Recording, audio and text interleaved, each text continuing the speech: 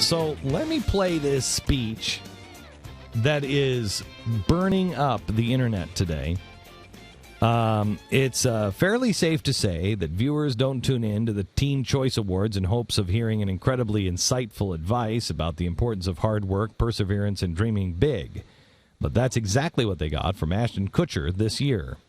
Receiving the Ultimate Choice Award, 2013 Teen Choice Awards Sunday night, Kutcher began revealing that his real first name is Chris. Then he launched into a surprising diatribe, this according to The Blaze, about the most important things he learned before he knew he was Ashton. Here it is. I feel like a fraud. My name is actually not even Ashton. Ashton is my middle name. My first name's Chris. And it always has been. And it got changed when I was like 19 and I became an actor. But there were some really amazing things that I learned when I was Chris. And I wanted to share those things with you guys because I think it's helped me be here today. So it's really three things. The first thing is about opportunity. The second thing is about being sexy.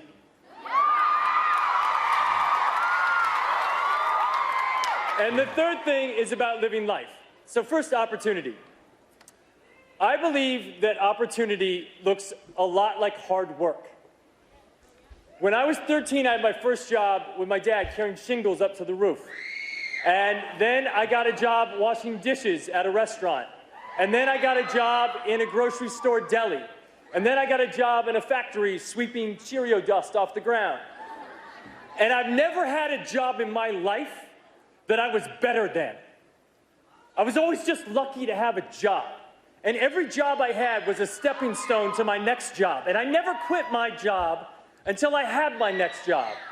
And so opportunities look a lot like work.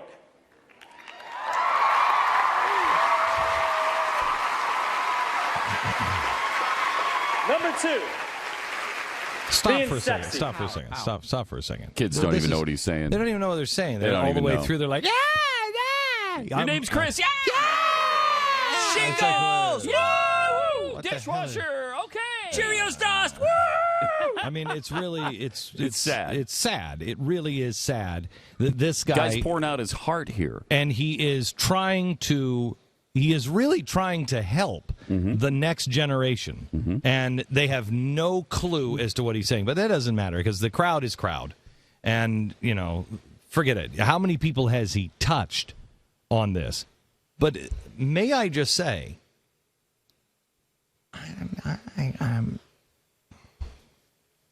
I'll get into it with you later, but I'm telling you, something's happening. Something is happening, and it is good. Have faith. Stand tall. Don't give up. Now here's the rest of it.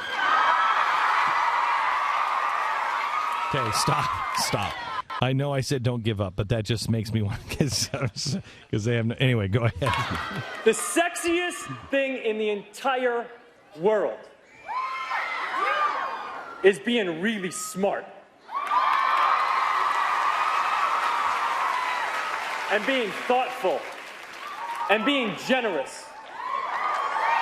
Everything else is crap, I promise you. Well, that's not true, because if it were, I'd be the sexiest man alive. So it's just crap that people try to sell to you to make you feel like less. So don't buy it. Listen to this guy. Be smart, be thoughtful, and be generous. The third thing is something that I just relearned when I was making this movie about Steve Jobs. Yeah! And Movies Steve Jobs Steve said, Jobs or when Steve. you grow up, you tend to get told that the world is the way that it is. And that your life is to live your life inside the world and try not to get in too much trouble and maybe get an education and get a job and make some money and have a family. But life can be a lot broader than that when you realize one simple thing. And that is that everything around us that we call life was made up by people that are no smarter than you.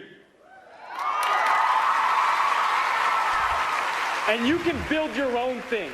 You can build your own life that other people can live in. So build a life. Don't live one. Build one.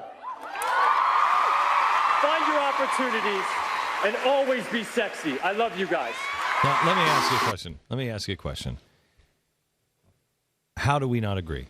How is it that the people in the camp of Ashton Kutcher think that I'm the Antichrist, and so many of us think he's the Antichrist? Because they don't listen. They don't listen. All they do is see a soundbite, listen to what others say about you. Because quite honestly, there's many on the left and many on the right that are just like those teens in the audience. That they heard the word sexy and they're like, yes, sexy. Mm-hmm. They're not even listening to him.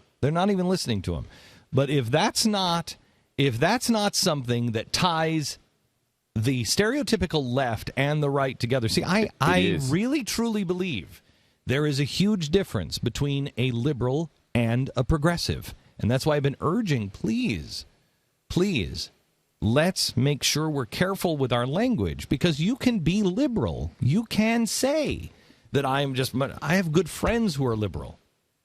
Now, if they are progressive, that's different. But I can't get them to see the difference. The difference is you want to control other people's lives. And all of my liberal friends don't. They don't.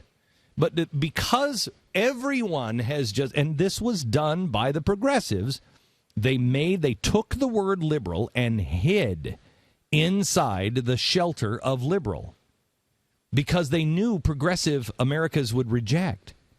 And so when Hillary Clinton pulled that word back out, everybody was like, what does that mean? I was. And I said, oh my gosh, please continue to say you're progressive.